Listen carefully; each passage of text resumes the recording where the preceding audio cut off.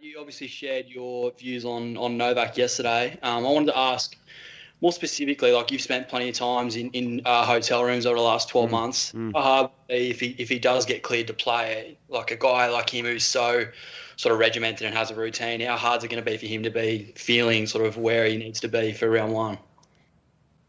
All I'm saying is, and I spoke about this yesterday, is that if he's allowed to play the Australian Open, I don't want any bar of him. I reckon he's going to be pissed off. He's going to be like very determined to play well and stick it to everyone of what's going on. And I don't want any bar of that Novak.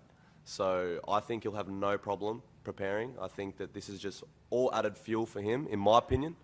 Like, we all know how good of a competitor he is. You don't become a great champion like that without being able to overcome some adversity like this. I'm sure he's overcome a lot more challenging times than, you know, spending a couple more extra days in a hotel room. So, look, all I'm saying is he's going to be dangerous if he's on court at the Australian Open. And I don't want to play him right now, that's for sure.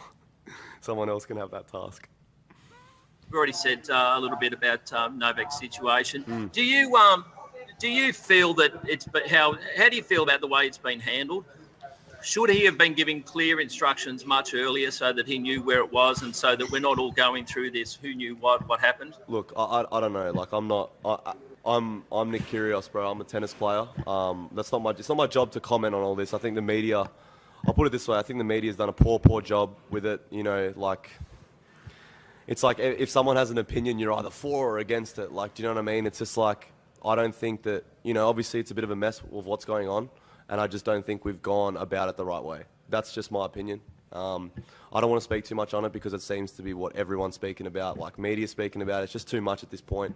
Honestly, I hope that it all gets sorted as soon as possible. Like, for the sport, we need him here. It's that simple. Like, he's one of the most influential sports people probably of all time.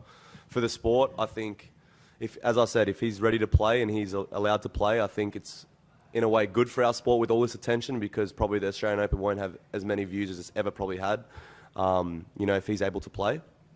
But I just want it to end, and I want, like, I don't know, I'm feeling for him now. Like, it's not really humane, is it, what's going on?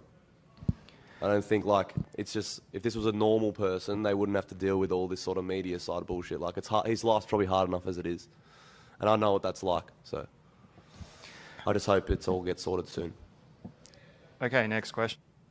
Nick, just one more on Novak. I know you just said you think he's been treated sort of inhumane at this point. Do you think, like, have you reached out, or is that something that you would consider doing to him? Well, I don't know if we're on talking terms. Yeah. But that's the funny thing. Like, me and Novak actually used to be like friends. We used to practice at events. And again, the media has kind of divided us as well. Like, they've just blown it out of proportion with some things, like, and now it's almost made it 30 times worse, where it really wasn't that bad. Like, I remember Novak was actually one of the only players when I was young that came towards me and said, if you ever need anything, like, feel free to reach out and I'll be open to help.